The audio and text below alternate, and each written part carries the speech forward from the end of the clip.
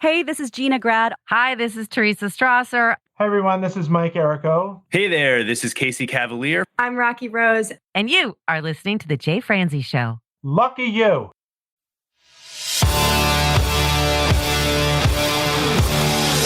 Welcome to The Jay Franze Show, a behind-the-curtain look at the entertainment industry with insights you can't pay for and stories you've never heard.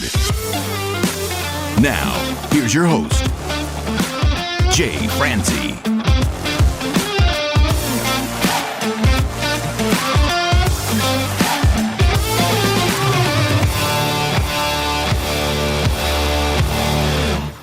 Hey, and welcome to the show. Thank you for joining me today. This is going to be a great episode. It's going to be a great episode because we get to talk to England's fastest rising film producer. That's right, she has brought you films like Jake, Brooke, and her latest, For the Love of Eve. Today, my friend, we get to talk to Mollie Leivars. She is a producer, a director, and the founder of Spirit Productions. We'll talk to her about her career, her influences, and we'll take a deep dive into her new film, For the Love of Eve. And don't worry, I'll include all the notes, the links, and the photos at jayfranze.com/episode 2. Now, let's get started. Mollie, how are you? I'm good, thank you. How are you? I am very good. I am very excited to have you here. I'm excited to be here. You've done so much. I've worked in the entertainment business for 30 plus years now, and I've always had the reputation of being a workaholic. And you, my friend, I think are going to give me a run for my money. So let's just dive into it. I mentioned you are the founder of Spirit Productions. Can you just go ahead and tell us how that came about? That was created alongside my first short film. So it started in 2019. I'd been acting for a few years, and then I decided that I was really interested in the behind the scenes of things. And I also wanted a kind of outlet to be able to talk about issues that young people face and everything like that. So I created it at the same time as the first short film, and then it just kind of went from there. So you did start as an actor and you transitioned over. What was it about acting that you didn't like, or what was it about production that you liked? I think it was a time in my life when I was about 15 when I made my first film, and I had been kind of bullied at school.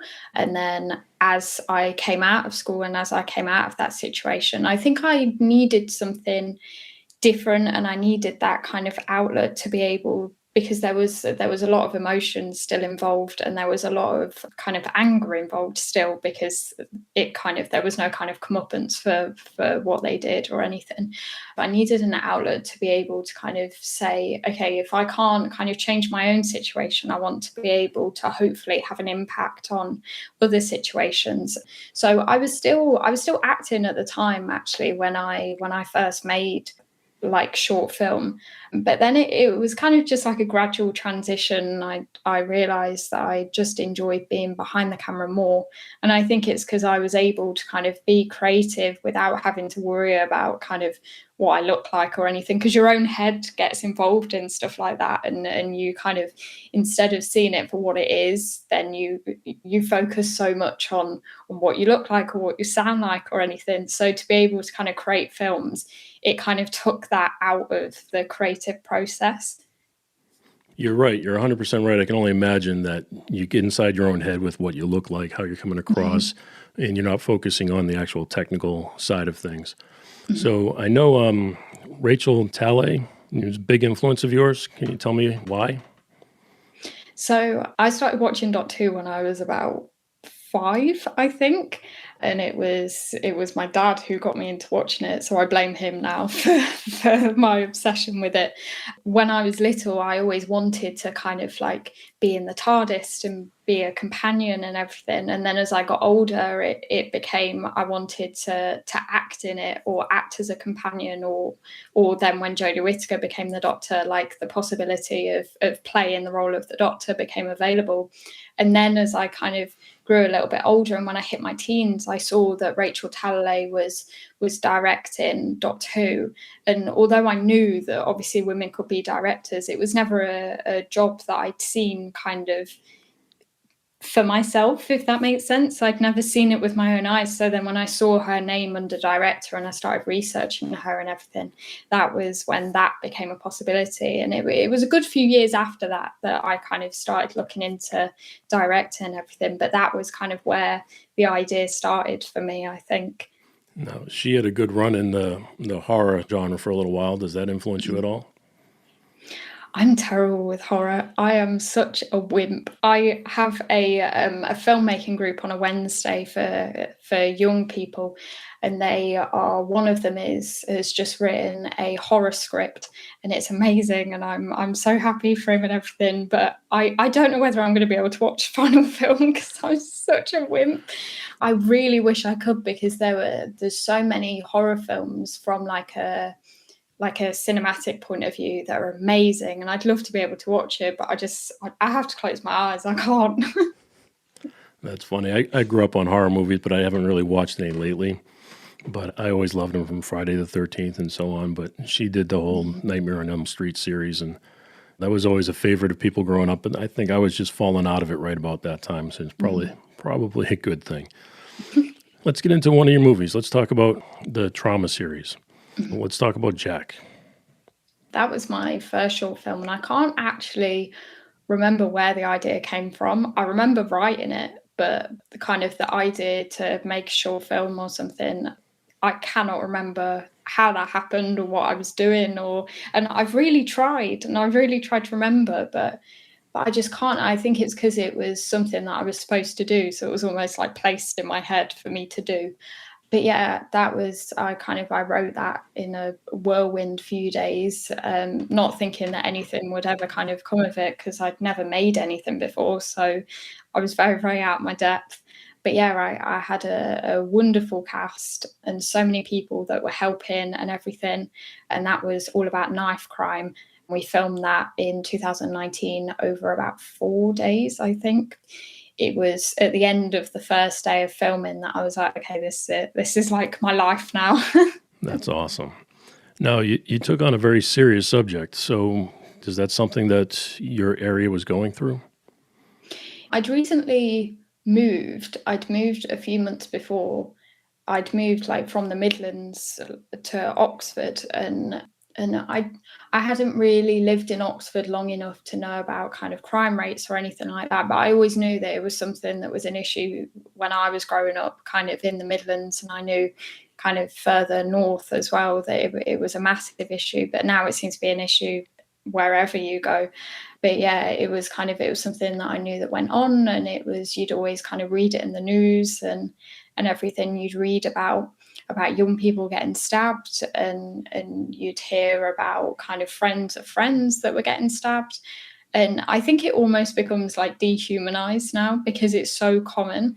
And then it was only when I moved that I thought this can't be happening.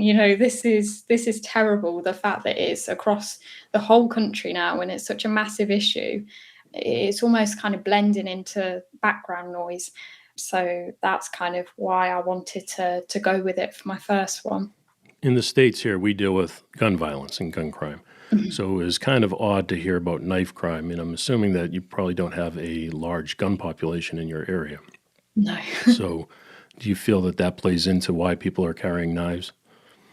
I think it's a vicious cycle, really, because I think a lot of people carry knives to protect themselves from people that are carrying knives, and then other people are carrying knives to protect themselves from, and it's constant, and it's that constant cycle. But it's incredibly difficult because who do you target? Because you don't know who the first person was to carry that knife. So it's incredibly difficult to kind of get to the root of the issue. Because it's so common now. It's so common for young people to carry knives, and whether it be because they want to, it's very rare that they're carrying a knife because they want to go out and stab someone. A lot of the time is they're carrying it to prevent them from getting stabbed. But then the thing that I showed in the film was that the main character carried a knife to prevent him from getting stabbed, but then he stabbed someone else by accident, and it's very difficult. It's such a cycle that young people are living in now. Yeah, I don't want to give too much away for your movie, but yes, there was the violence and he did end up stabbing somebody. But do you find that people are carrying the knives, it's more of peer pressure? I think there's a lot of peer pressure, and I think there's a lot of kind of gang culture in a way, whether it be like actual gangs or not, or whether it just be kind of that mentality. And I think it's just such a difficult situation, because I think that most people involved are blameless in a way, because even though, okay, yeah, they're carrying a knife, why are they? Is it because such and such is? Okay, who's the bad guy here? But there isn't really one, because everyone is kind of being a victim to this kind of mentality in some way. And it's very difficult to be able to determine kind of what people's intentions are. I can understand that too, I guess. You think you're carrying it for protection, it could come off as the peer pressure, but either way, you're carrying a knife, and you probably shouldn't be in that particular circumstance. In that movie, again, I don't want to give anything away, but at the end of the movie, Chloe does something I was not expecting. So it's a very well put together short film, and I really enjoyed it. Thank you. So when you were done with that movie and it was out, how did that make you feel? It was such a weird feeling, because even as I was filming it and everything, I was kind of in a daze, because obviously I'd seen other people make films and I'd seen other people work on projects and everything. And I'd been on set a few times as an actor. But even as I was filming it and editing it and everything, I was still thinking, I can't believe this is like that this is like my film. That is so weird. But yeah, kind of watching it for the first time, like all the way through and everything, it was difficult, because I'm very critical of myself always, like no matter what. So a part of me was like, oh my God, like this is my film, this is insane. And then the other part of me was like, you need to change that, you need to sort that out and everything. So I had to go back and I had to do a few edits to just kind of like to calm my mind down a little bit, stop myself from noticing things. And then it just kind of snowballed when it kind of caught the attention of the police and everything. And I just couldn't believe it, because obviously at the time I'd only recently been bullied and cyberbullied and everything, so my confidence was like on the floor. But yeah, it was kind of it was such a brilliant thing, because I had people, I mean, my family have always been wonderful, but I had people outside of my family kind of saying well done and that they were proud of me and everything. And it was very healing in a way. Kind of all of the stuff that had gone on before kind of got pushed a little bit further into the background by like the good stuff that was happening now. So yeah, it was a whirlwind, but it was brilliant. Well, I'll tell you, it was a very good film, and you should be very proud of yourself. It came out very well, and I'm glad it's getting the attention that it is. But you just mentioned something that I hope you don't mind talking about, and it's the bullying portion of it. Mm-hmm. And I only ask because I have 3 daughters now, and I have one that's approaching your age. And do you have any advice or suggestions or thoughts that you might be able to give to anybody out there that's going through something like that? I think it's knowing that you are never, ever on your own. And your experience with things is valid, because I struggled because it went on for about a year and a half, 2 years-ish, including kind of all of the stuff online. And I almost felt dramatic for the way that I felt about it, because I wasn't getting punched, I wasn't getting kind of attacked or anything like that. It was never physical, it was always kind of verbal and rumors and everything. But that can hurt just as much as a black eye, because it's still bullying and it's still affecting your life. So I think it's not diminishing how you feel, kind of, because other people may have it worse. So other people always have it worse, but you could always have it worse than other people. So kind of no matter how small the situation is, because I so wish I would have kind of nipped it in the bud before it got kind of bigger. Like that first kind of feeling I got in my stomach where I was like, something isn't quite right here. I wish I would have kind of listened to that more. So listen to your gut and don't try and be someone else, if that makes sense, kind of, because I'd been homeschooled for quite a long time. And then when I went to school, I really wanted everyone to like me. And I think that possibly contributed to it quite a lot, because I was a bit of an easy target. But then once it's done as well, don't blame your younger self for it, because the only reason you wouldn't let it happen now is because your younger self let it happen. But it's not about letting it happen. It just kind of happens. Right. You don't have any control of that. You don't know what you're going to do at that time. You've never experienced it. Now, you just mentioned also it's not like having a black eye, and it's not, because if you have a black eye, the pain goes away within a day or two. Pain of being bullied doesn't go away, or at least it doesn't go away quickly. So how did you get over it? It was other people, really. It was the support of other people, and it was just kind of building myself back up again, because I felt like I'd kind of been a little bit dismantled from it, and kind of learning about who I was and the way I wanted to be treated, and kind of having more self-respect for myself, rather than kind of letting people walk all over me and say things and everything. So I think I'm definitely a lot more fiery now, which probably isn't good. No, it's really and good. Filmmaking as well. It was such a pivotal time for me, and I was very lucky that about 6 months ish after I left school, I enrolled in college and everything, in like a specialist department for people who have been bullied and everything. And was that Gateway? Yes, yeah. I mean, the people who work there are absolutely wonderful, and they kind of helped build me back up, because it means so much when someone outside of your family is kind of supporting you and is saying that you're doing a good thing. Because even when it's your family, and I'm very, very lucky with my family, and I'm very lucky that I've got kind of wonderful people around me, and I know that not a lot of people have that. I think there's always kind of a thing of, you take on what they say and you appreciate it and everything, but there is a kind of thing in the back of your head that's like, are they just saying that because that's my mum? But when it's someone outside of your family, it means so much. So it was definitely kind of having people kind of rally around me in a way and build me back up again. I was very, very lucky. I know you still have some involvement with Gateway, so can you tell us what it is and what they do? So Gateway is a alternative provision for 14, 16-year-olds. People can be in Gateway for many, many different reasons. It can be like bullying like me, or it could be kind of mental health issues, or they've been excluded from school, or they could have behavioural issues, or young carers, or so it's kind of, they don't have a one-size-fits-all approach, which is seen in a lot of kind of secondary schools. You gain GCSE qualifications so that you can go on to like other courses within the college, or I went on to uni afterwards. But yeah, they're brilliant, and they're very big on support, and they've recently won an award for kindness towards their students and everything. But yeah, they're just brilliant. Was Brooke the next movie in the series?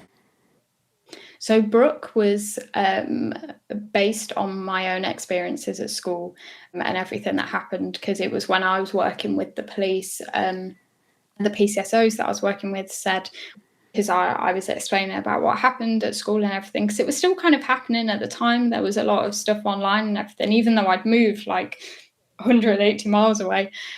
But he said, why don't you kind of make a film about it, and then you can take it in schools and everything. So I decided to do that, and I used a lot of messages that were sent to me, and I used a lot of comments that were posted about me and everything in the actual film, and I kind of reenacted things that happened. And I had to make it a little bit more PG than it actually was, because obviously I wanted to take it in schools and everything, so I wanted to make sure it was like child friendly but still kind of got across what happened. But that was the second one, and then I was able to take that into schools as well. I was just going to say that. So you talk about children, so you take these movies into school. Mm-hmm. How does that work? When you take them into a school, is it a presentation style? This was kind of before lockdown, and then kind of lockdown put a kibosh on it. But I used to do assemblies, so it'd be kind of like the morning, and then me and a PCSO would go first I would talk about my own experiences or my kind of stance on whatever we were showing, and then we show the film, and then he'd come in and he'd talk about kind of the legalities behind it and everything, about the police's stance. So it was really, I mean, it was brilliant for me to be able to kind of talk about things that I was passionate about and to be able to show my film and everything. But then it was also good to kind of show students, police and a young person kind of working together to try and help other young people, if that makes sense, kind of bridging that gap. But yeah, I've recently moved to Kent, but that's something that I'm hopefully going to be starting here too, which is very exciting. No, I mean, this is very, very good. I mean, it's very good that you're doing these things. It's not just for the quality of your movies, which are very good, but it's also the message you're getting out there and the ability to go into these schools and share that message, because you are not the only one who's gone through these things. And like I've mentioned, I have daughters, and I think that they're going to be faced with these same type of things. So the more we can get the word out, the better. And I hope that they're able to make it through with a little less pain because of the efforts that you're putting through. Thank you.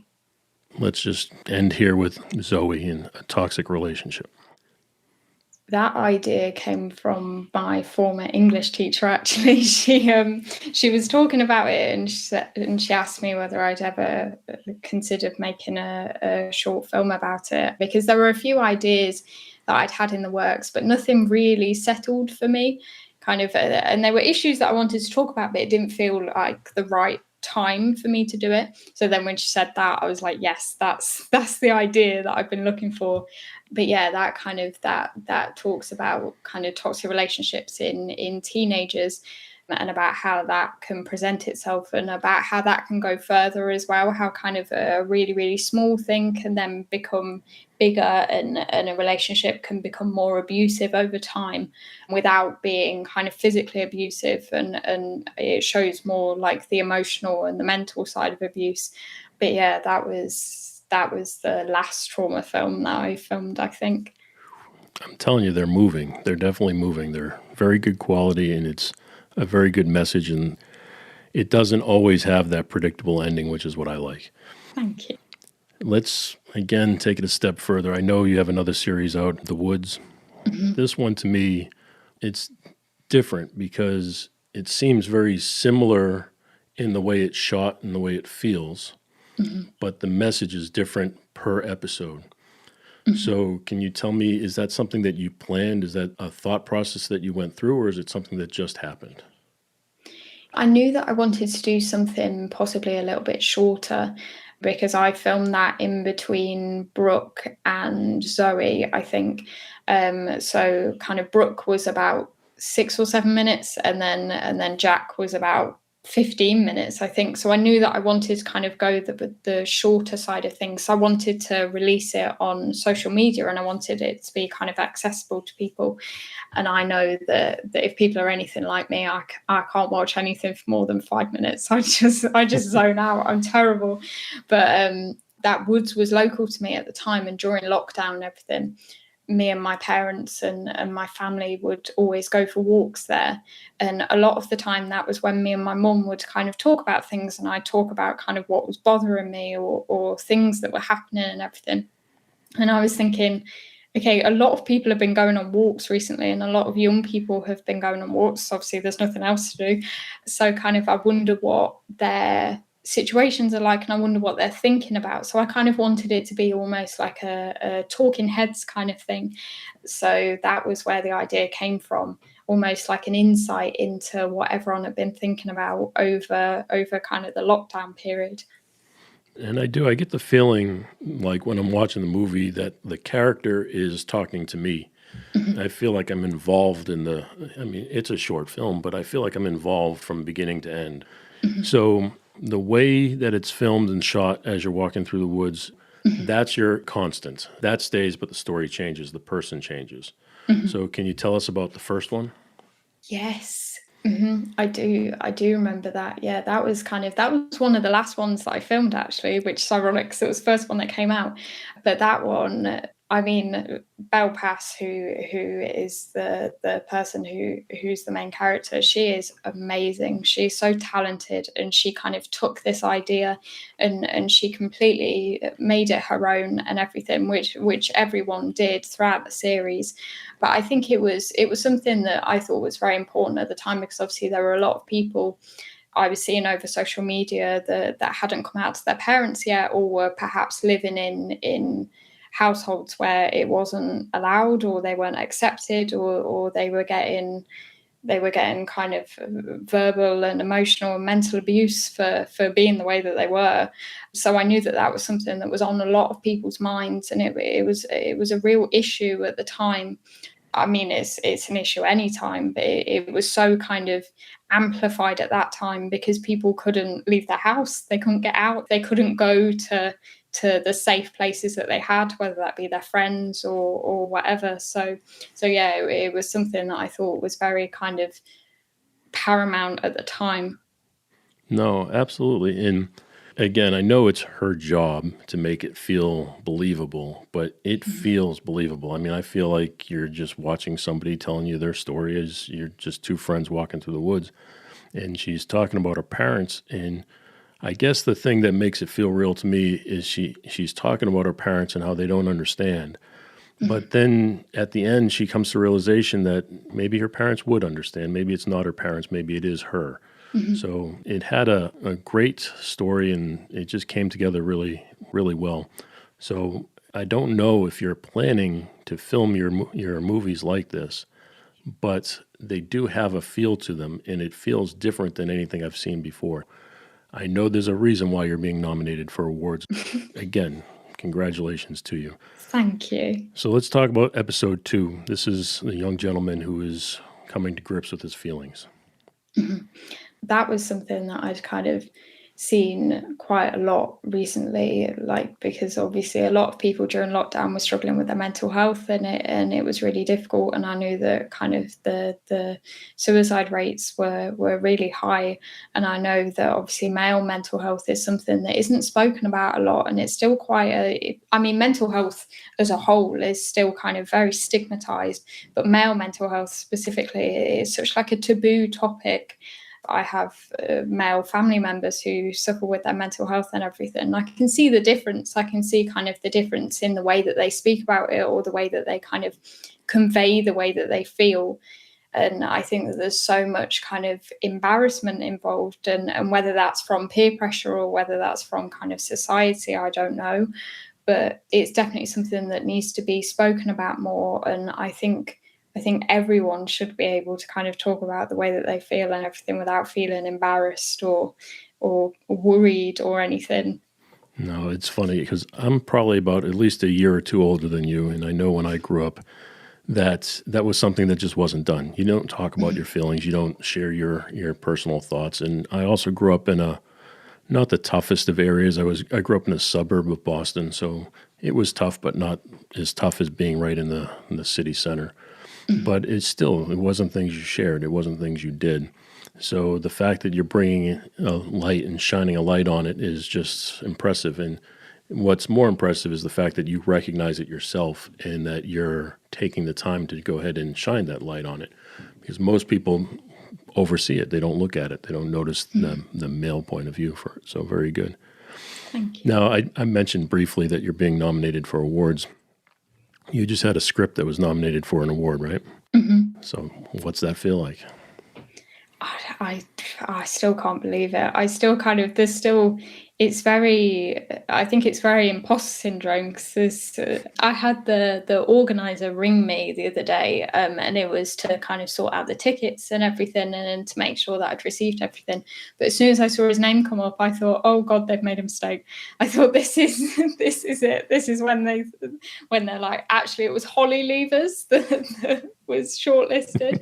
But yeah, it's so, because obviously like with films and everything like that, you can have people watch them and you can have people enjoy it. But for someone to read your script, which it is quite hard to visualize sometimes, and it's quite hard to kind of get your point across in a script, because obviously a lot of the time I write my scripts for me to film, so I don't have to think about it too much, and I just because I've already got that idea. But to have someone else read it and want to understand it, which is that was like, yay.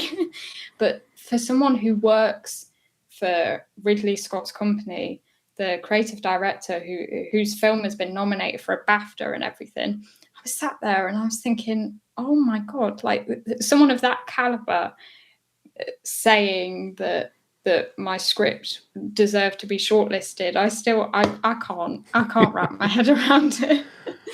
It's insane. You mentioned imposter syndrome. I mean, do you feel now that it's deserved? I don't know. It's so odd because as I said earlier, I'm very, very critical of kind of what I do and everything. And I think it's because it means a lot to me. So if it didn't mean a lot, then I probably wouldn't care so much. But because it's something that I'm so passionate about, I really want it to be the best that it can be. But yeah, it's I'm still kind of pinching myself over it because I just wasn't expecting it, because I knew that the company was massive for kind of championing filmmakers and people who work in marketing and everything like that. So it was more a case of I submitted my script because the brief about the egg, I had an idea for it and I thought, oh, I'll write that and then I'll do something with it later, kind of thing, not thinking that anything would ever come of it. But yeah, it's insane. I can't wrap my head around it. Well, that's awesome. I'm glad you feel that way, and I'm glad you're excited, because I think it's that passion that we can all see. We can see the passion. We know that you're excited to make these films and you're excited to share these films. You have a very large social media presence, and you seem to take pride in that, and you share your experiences with the people who follow you. And I think that right there shows people that you're dedicated. But I think you're still in the early stages of your career, very early stages of your career. And for you to have films that take a different approach in getting recognized for it. So it's not just that you came up with some quirky way of doing something and people are like, okay, great. You came up with a different way of doing something and people like it. They seem to be enjoying it enough to nominate you for awards. And so I really can't say enough about it. And I hope that you start winning these awards and Thank you. Get recognized even more. Before we jump into our deep dive tonight, I want to just ask you also started to get recognized by the major radio stations in your area, the BBC and so forth. Mm-hmm. Again, that's got to be a milestone for you.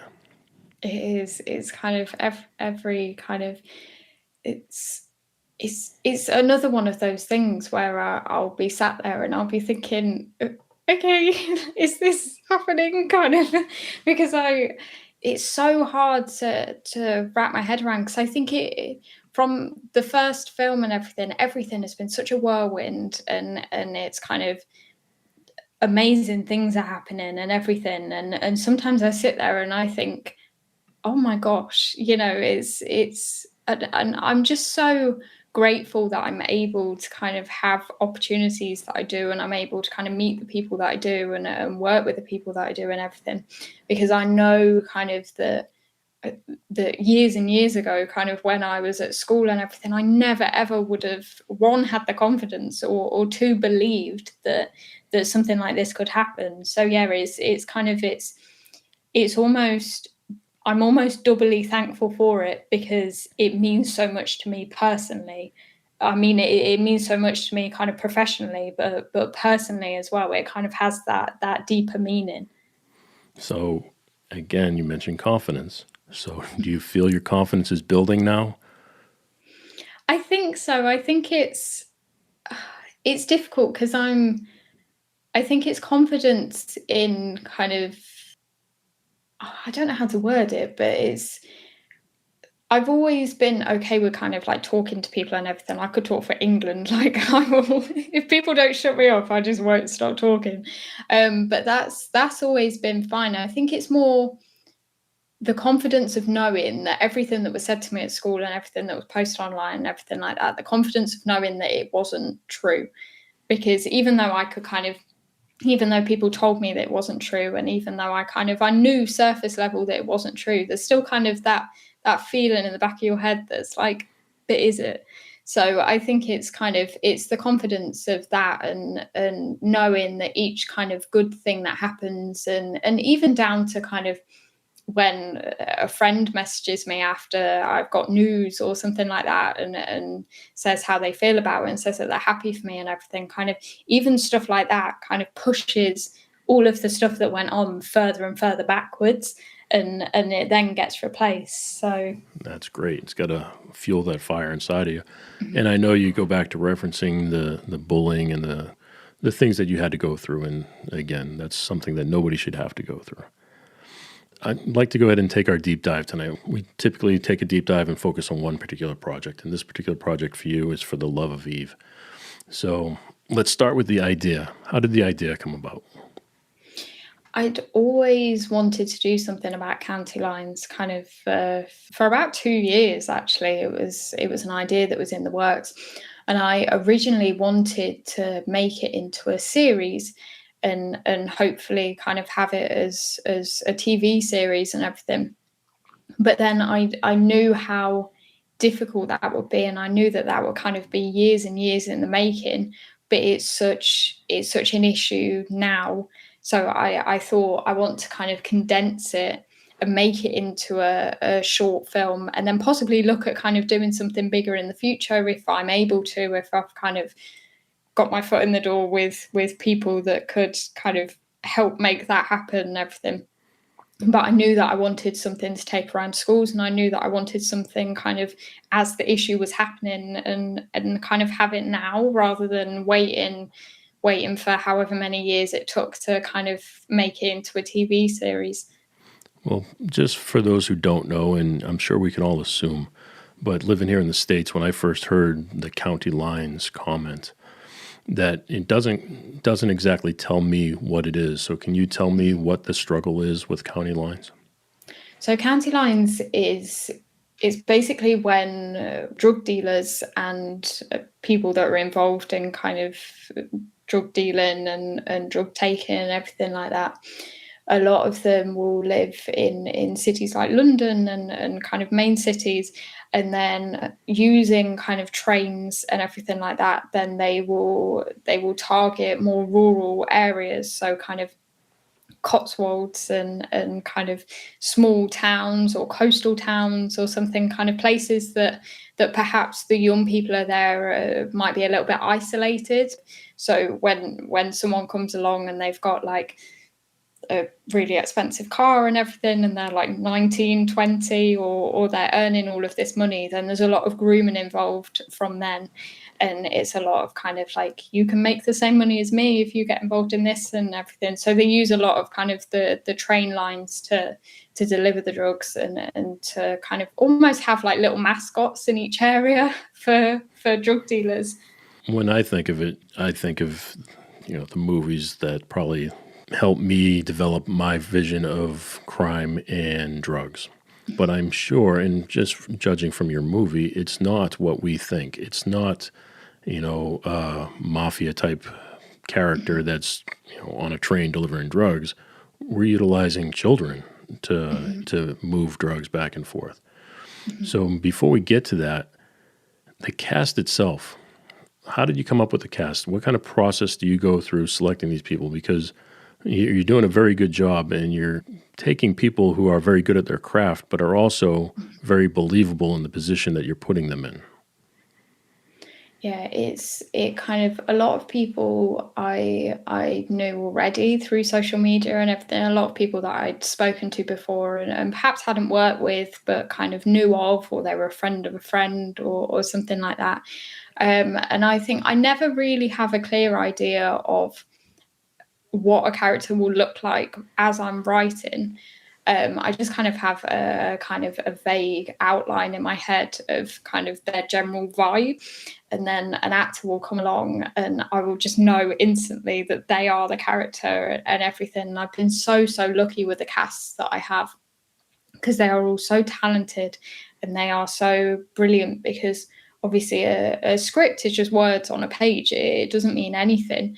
But for them to kind of take that and to make it into what it is and create it and everything, a lot of the time I will have an idea of what I want the film to look like, but they will take it kind of above and beyond that, and they will offer suggestions that I haven't even thought about, or because I think that, because obviously I used to do acting as well, I have so much trust in them for knowing their characters, because kind of once I've written it and once everything's cast and everything, I see their characters as them now.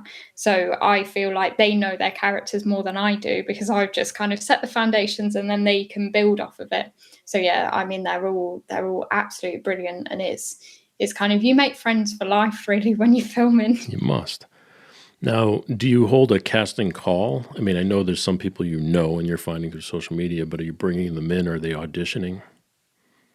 A lot of the time it's done through kind of watching show reels and everything, because I don't think I could hold an audition. I think I'd be too nervous, because I've been on the other side of it, so I know how nerve-wracking it is. And I think I'd get too nervous. Sometimes it's been self-tapes if there's kind of like a specific character that perhaps kind of the actor's show reel has been more kind of Shakespearean and everything like that, and I just need to see kind of how they act kind of more contemporary wise and in that situation. So I'll kind of send over an extract from the script or something that they then kind of read and send back to me. But yeah, a lot of it, I have like a list of emails actually on my laptop of people, almost like a mailing list. So people that have kind of asked to be notified about castings or something, because there's been a few times where I've put them out publicly, but I try and not do that anymore, because there seems to be a lot of hate surrounding casting calls. I don't know why. Specifically on Twitter, there seems to be quite a few big opinions about casting calls and everything like that. So I try not to do it publicly, or if I do it publicly, I'll do it kind of like something on my story or something like that, so that people can't comment directly or anything, because I think it's almost like I almost get a little bit paranoid because of everything that happened at school. I'm like, don't be mean to me. It's crazy how the internet can be so good for some things and so bad for some others. I know. It's terrible. While we're talking about the characters, can you tell me a little bit about Georgia and the girl that played Georgia? So Georgia was played by Cosy Hunt, who is just brilliant, absolutely brilliant. And Georgia's character is kind of very complex, I think, because there was a joke with all of us when we were filming and everything, that as the film progresses and as we were filming it, we realized that Eve's character, who was supposed to be kind of like the good one and everything, isn't actually that great. Like, she does a lot of things that are a little bit iffy, and she can be quite she can put Georgia in quite difficult positions, but I didn't want the characters to be likable. I didn't want it to be kind of like that. And I didn't want there to be a bad one and a good one. I kind of wanted them to both have their flaws. Like, Georgia's very headstrong and will kind of say things without thinking and might kind of judge people for the situations that they're getting in until she gets in them herself. So I definitely wanted very kind of flawed characters, because I think that that's more realistic and it's more human, that no one's perfect, and even people that are very, very against kind of drugs and everything like that, they can still get involved because they're trying to protect the people that they love. No, that makes sense. And you mentioned love. It's a form of a love story, and it's I guess a love story that's diverse. Did you intend it to be diverse? Did you write it in that way? I knew I always wanted two female characters. I knew that was kind of the main goal. But then the plot for me started off being about county lines and everything. But as I was writing it and as we were filming it, even for me, it became more about Georgia and Eve. But then it also became about Eve and her brother, and it became about kind of all of these family dynamics and these relationships and everything. I realized that one of the main elements of situations like that is the fact that people will do things for the people that they love that they might not necessarily do kind of on their own. Because it was as I was writing and everything, and it was as I was learning about county lines, that I thought to myself, I wouldn't get involved in drugs. I wouldn't get involved in drug dealing or anything like that. But then I thought, if my sister came to me, my younger sister, said, Mollie, you need to sort this out for me, else I'm gonna get hurt or someone's gonna like kill me or something, I wouldn't think twice. And I probably shouldn't say that publicly, but I wouldn't, because I don't think a lot of people would if it's your siblings, especially when it's someone younger, if it's your siblings or children or your parents or anyone that you love coming to you and giving you that kind of option. I think for me there wouldn't be a lot of options. And I think a lot of county lines and a lot of drug dealing in general has almost become seen as like, oh, it's them like delinquents and everything that are dealing the drugs and everything, but it isn't. If you look at the root cause of why people get involved in stuff like that, it's so upsetting. There's always someone higher up and everything. And a lot of it is down to kind of their environment or the people that they're around or kind of getting involved accidentally like Georgia does. No, you make some great points. And again, I have children. If my children came to me with those type of situations, I'd be in the same spot. Mm-hmm. I'd help my children through anything. And you hope that you're making the right decisions and you hope that your children are making the right decisions, but you never know what's behind that decision and who's influencing that decision. And if it's a relationship or if it's a friend, that also a relationship, but if it's a romantic relationship, those things seem to be a little bit more pressure, and the pressure to help out and the pressure to just can you help me out and do this one thing for me? Or, and then next thing you know, you're transporting drugs across a county line. So talking about the cast and the story, is the story something for you that is always fluid? Does it always change up into the point where it's done? I always have like a solid draft, and then it's only kind of small things that get changed after that. But a lot of the time, a lot of the concept will change quite kind of drastically. Like the idea was originally something to do with TikTok, and it was to do with kind of the TikTok online trends and everything. And it's something that I'm definitely going to go back to in the future, because I think it's something that's kind of really difficult right now. But at the time, I just kind of, as I was writing it, I kept feeling like I was hitting a brick wall, and I was thinking, something isn't quite right here, because the idea with the TikTok one was that half of the film would be from the perspective of the phone. So kind of the TikToks that were being filmed and everything like that. So I knew I still wanted to kind of keep that concept, and I wanted to keep that kind of alternative thing where it's phone and camera. So I kept that, and then I changed it to my county lines idea that had kind of been sat in the back of my mind for quite a while. But I knew I wanted something a little bit different, and I knew that I wanted it to be kind of half on a phone and half on a camera and everything. And that kind of conveying that in a script, that took quite a lot of drafts, and that took quite a lot of working out, because I'd read it and I was thinking, this doesn't make sense. Like, I know it makes sense in my head, but I was looking at it and I was thinking it just doesn't flow enough. And then something will just kind of click, and then that'll be it. And then I know that, okay, this is the foundations, and then I'll just kind of change spelling mistakes after that. You say that you just don't know, and you're going through that mental challenge. But do you ever technically wonder how you're going to pull something off? Honestly, every time. Absolutely every time. I'll write something and I'll look at it and I'll be like, is that actually physically possible? And I'll be like, I'll find out on the day. It's fine. Yeah. So a lot of things do change on the day of filming. A lot of the time the script isn't, like with actors and everything, I'm not really strict on the script. I want them to kind of say what they feel and everything. If they want to change things, then that's absolutely fine with me. but there are a lot of things that kind of change, and there's a lot of locations that change and everything. So we went from it starting upstairs, and then we were like, no, it needs to start downstairs. So yeah, there's a lot of changes like that happen, because it's only when you kind of get there on the day and you look at everything and you're like, no, that's not possible. We need to find a way to make it work. Those are the small changes you're talking about. Mm-hmm. All right. So we're talking about putting it down on paper. We put together that rough outline, and then you go onto the set, or you make it to that point where you're starting to make the small changes. After it's on paper, what's the next step that you take? So once kind of the actors are attached and everything, then it's kind of working out filming dates, which is possibly my least favorite part of filmmaking at all, because no one's available on the same day.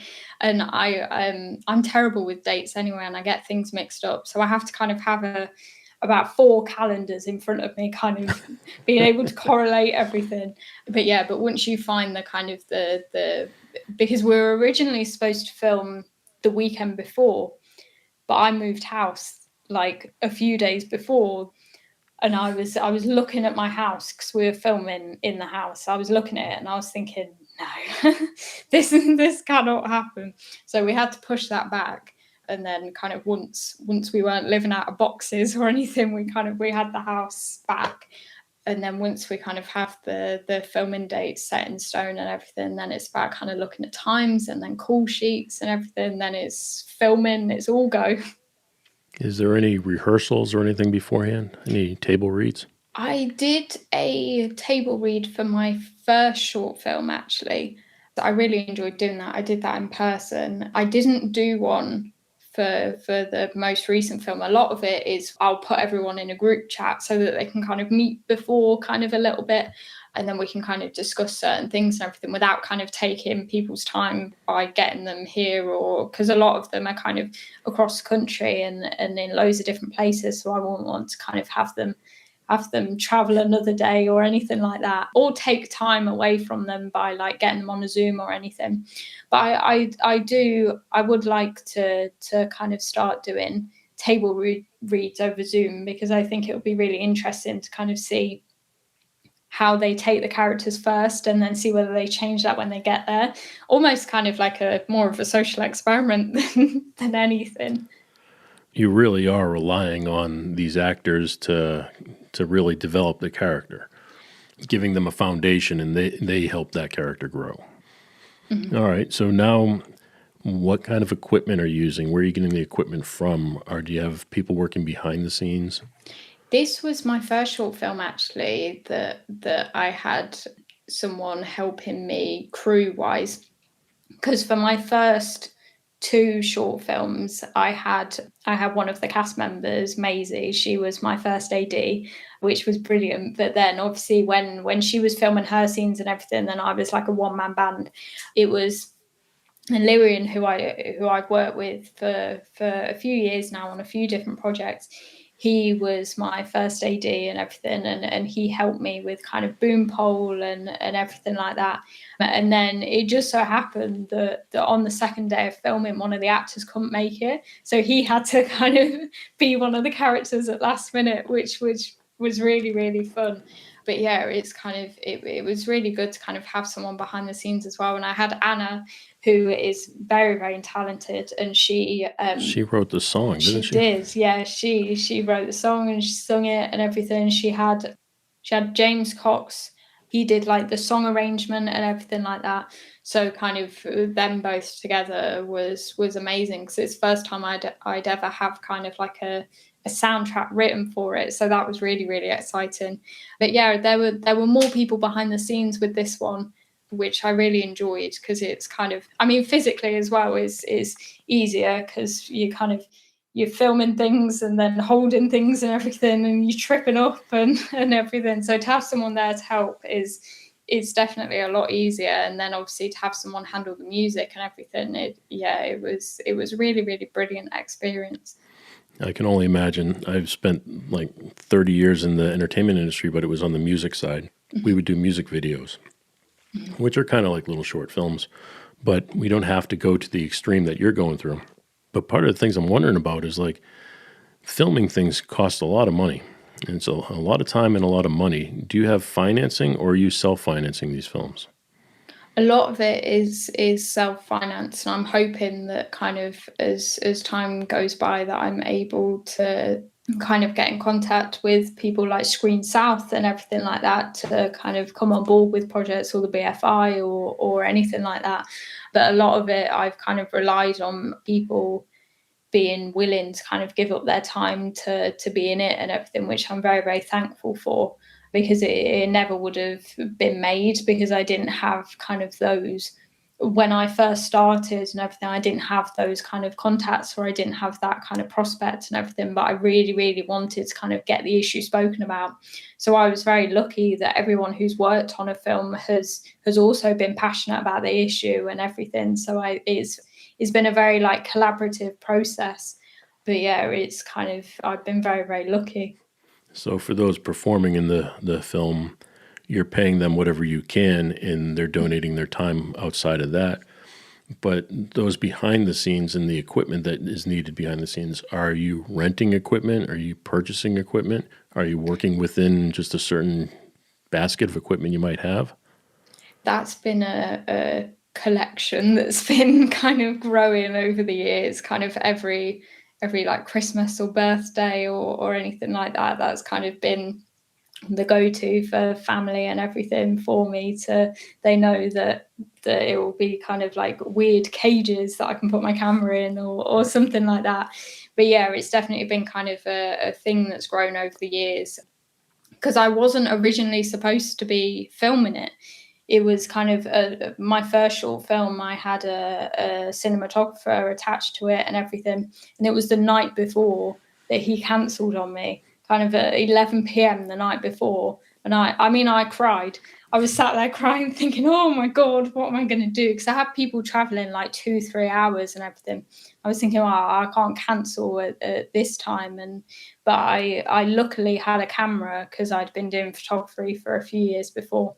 So I thought, okay, let's try it and let's give it a go and everything. But I was very, very happy that I did, because I think it gives you such like a creative outlet to be able to have that in your control as well when you're directing things. So not only are you directing something that you've written, so you kind of understand it better and deeper, but also being able to film it as well. It kind of it makes it a little bit easier, because I know exactly kind of how I want it to look and what kind of angles and everything. But yeah, I think in the future with things kind of, because I'd love to be able to work more on factual things or documentaries or anything like that. I think in the future I'd love to have someone film it to kind of take that pressure off a little bit. But for short films, it's kind of ideal for me to film it, or to have people help me film it. That's a good point, because that's like in Brooke, where you had a camera shot that was coming down and looking down on the kid being bullied. Mm-hmm. Just that angle gave a different feeling to the scene, mm-hmm. a little bit more powerful, to feel like you're looking down, almost godlike, on these people as she's knocking the books off of the girl's desk. And it just made an impact, and it's all because of the camera angle. So things like that really make a difference. So the fact that you're learning that and able to apply that is great. Now let's take it to the editing side. Are you doing all your own editing as well? Mm-hmm. So you truly are a one-man band.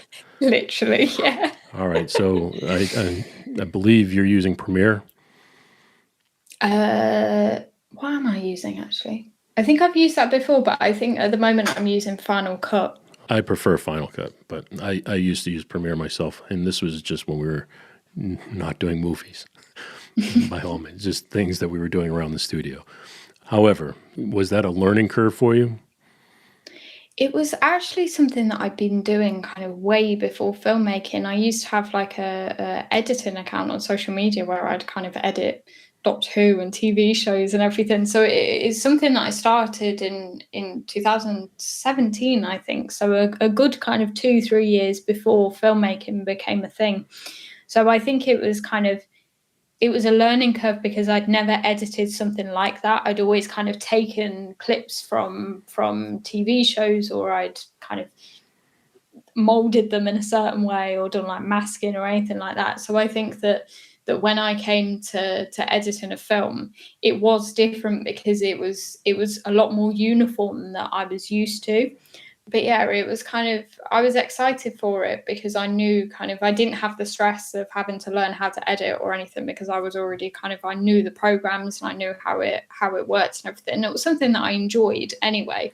But I think it's definitely, with each film, I've kind of learned more about how to make it look better and everything like that. Because I think that there's so much to say about what happens when a film gets edited and kind of the difference that editing can make and everything. But yeah, it was something that I knew that I enjoyed already. But yeah, I will admit it's very time consuming. It really is. And I mean, I just skim the surface when it comes to using that type of software. I work in the audio world, so I dive deep into the audio software. I use Pro Tools for that.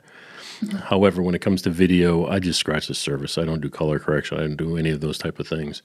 And it was funny, you mentioned before you had editing software online, and my daughter came to me the other day and showed me a trailer for the movie Titanic. And I was like, oh, I've seen the movie. I understand. No, great. And she's like, no, look, watch it. So I watched it again. And I'm like, yes, I've seen the movie. And she's like, I did that. And I'm like, what do you mean you did that? She went out and found all the clips on her own, and she put together her own trailer. Oh, my God. So I was like, okay, hands down, you win. But when we go back to your movie, like you choose some really unique lighting and choices. Like you switch from color to black and white. And that, again, it's something that seems so simple, but it creates an emotion. Is that something that you're thinking about ahead of time? I think it's kind of, when I get to edit it and everything, I know that kind of it's almost like the final hurdle. So I think I go from what I feel is right for it. Like sometimes I'll put a colouring on or something, and I'll look at it and I'll be like, no, that's not, doesn't, I mean, the colouring's fine, it looks fine, but I'm like, it's not the film, it's not the way that it's supposed to be. So yeah, I experiment a lot with it. And I think that it's all of the different things and everything. Sometimes it just kind of clicks into place. And yeah, it's a lot of experimenting. It's a lot of kind of trialing things out and working out what feels right for the film. A lot of the time is same as how it is when I'm writing the script, that something will be okay but won't feel right, and then it will just kind of click, and then that will be it finished. That's funny.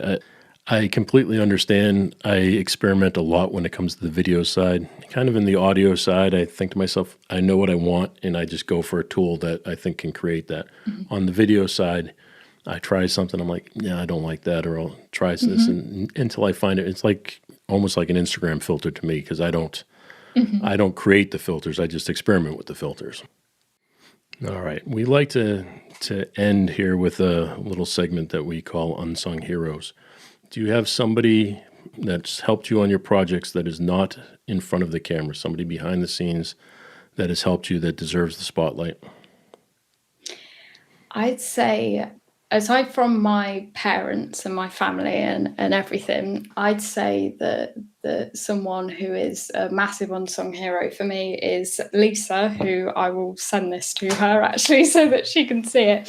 But she was my teacher when I was at Gateway for about 2 years, I think. And then we kept in contact, but she has been, outside of my family, she's been the biggest cheerleader for everything, and kind of he's always kind of watching the films and everything, and sharing things and kind of commenting on things and everything. And she was kind of the first person outside of my family who I had spoken to about kind of everything that happened at school and everything. And she was the first person that was like, that's really bad. I was like, okay, maybe it is.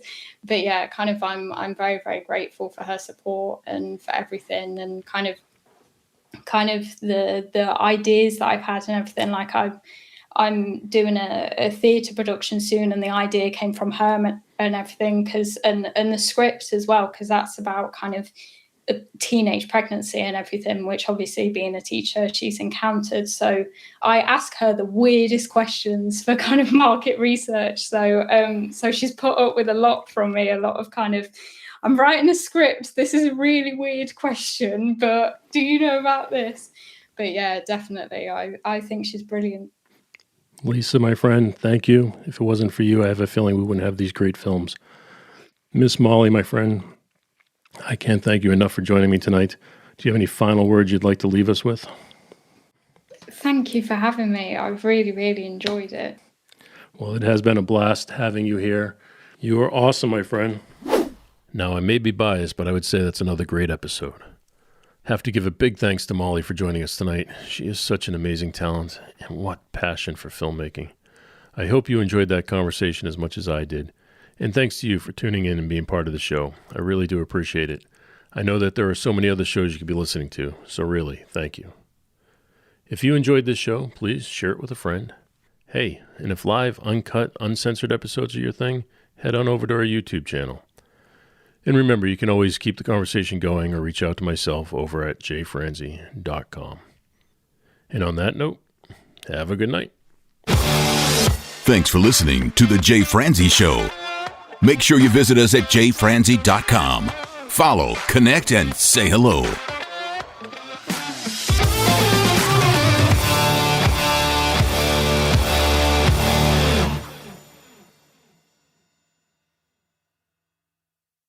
This episode has been brought to you by VR Knives, your source for 100% custom knives made by a true rock star. So, if you're in the market for a new piece of art, reach out to VR Knives. 407-421-5528. 407-421-5528.